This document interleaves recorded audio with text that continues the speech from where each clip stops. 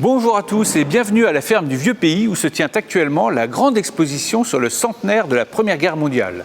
Le 13e numéro du Journal du Web, c'est maintenant.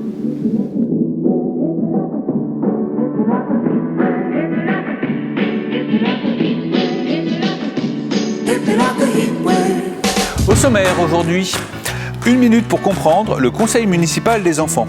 Lumière sur Maryvonne Montambeau, adjointe au maire d'Aulnay-sous-Bois, nous présentera l'exposition du centenaire.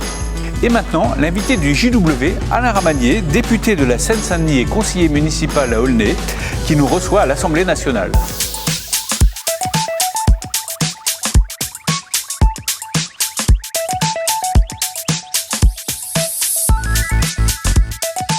Alain Ramadier, bonjour. Bonjour. Merci de nous accueillir ici à l'Assemblée nationale, dans le jardin des 4 colonnes. Vous êtes conseiller municipal à Aulnay-sous-Bois et depuis juin 2017, vous êtes député. Alors dites-nous, en quoi consiste votre rôle de député au quotidien ? Alors déjà, je voulais vous souhaiter à l'équipe du Journal du Web aulnaysien la bienvenue. Donc oui, aujourd'hui ici, dans le jardin des 4 colonnes, au Palais Bourbon, à côté de mon bureau qui se trouve juste au-dessus. Moi, je suis très heureux, bien sûr, et très fier de vous recevoir ici. Les électeurs de la circonscription m'ont fait confiance. Grâce à eux, je suis là et je suis là pour essayer de défendre et de faire avancer les lois. Alors mon travail, c'est quoi ? Mon travail, c'est à la fois un travail ici à l'Assemblée nationale et un travail en circonscription.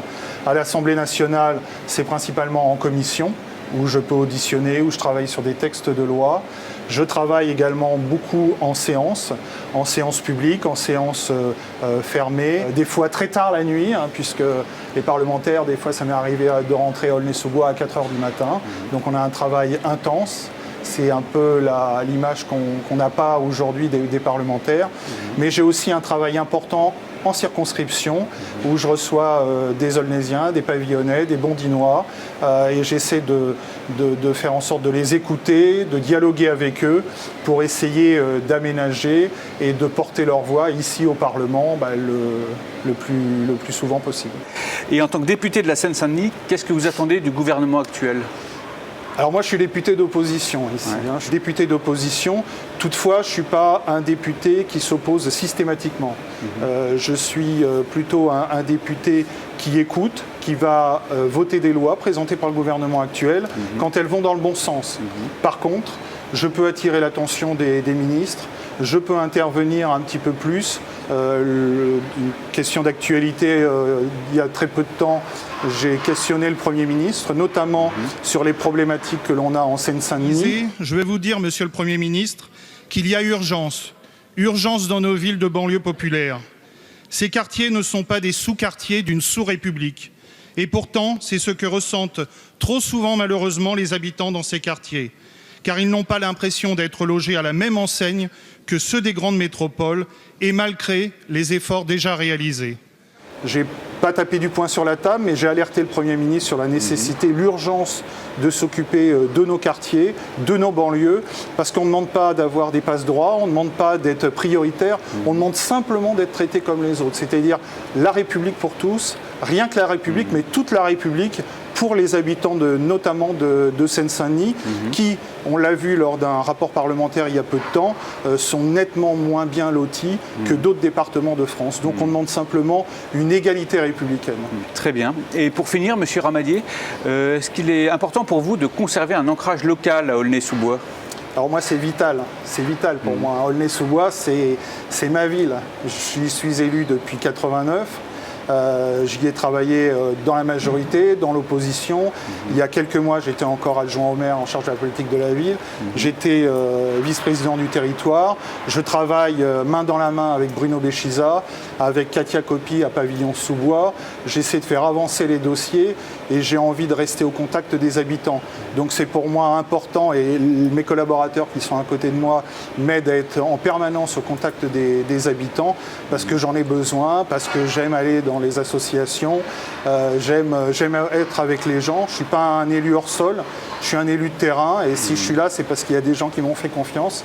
Et la fierté que j'ai aujourd'hui, c'est de bien les représenter et c'est ce que j'essaie de faire. Voilà. Merci beaucoup, Monsieur Ramadier, d'avoir répondu à nos questions. Merci d'être venu sur place. Merci à vous.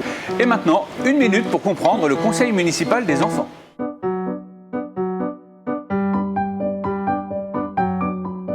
Qu'est-ce que le conseil municipal des enfants? Le conseil municipal des enfants est une instance participative qui donne la possibilité aux enfants de classe de CM1 de s'impliquer dans la vie de leur commune. Chaque enfant élu propose et étudie des projets pour améliorer la qualité de vie des habitants. Comment on participe? La municipalité envoie une lettre à chaque directeur d'école qui répond favorablement ou non à la participation de son établissement.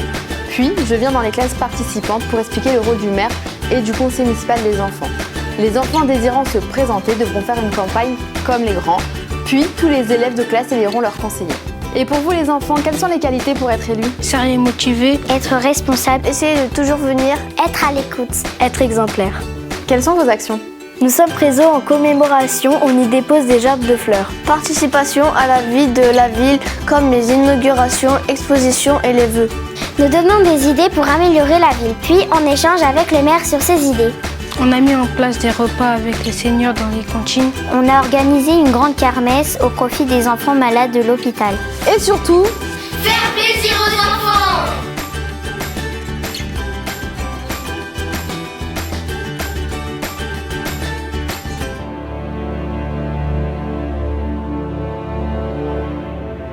Bonjour Madame Montambeau. Bonjour. Vous êtes adjointe au maire, à la mémoire et aux anciens combattants. Et ce sont justement deux délégations directement en lien avec la grande exposition sur le centenaire de la Première Guerre mondiale qui se tient ici, à la ferme du Vieux Pays.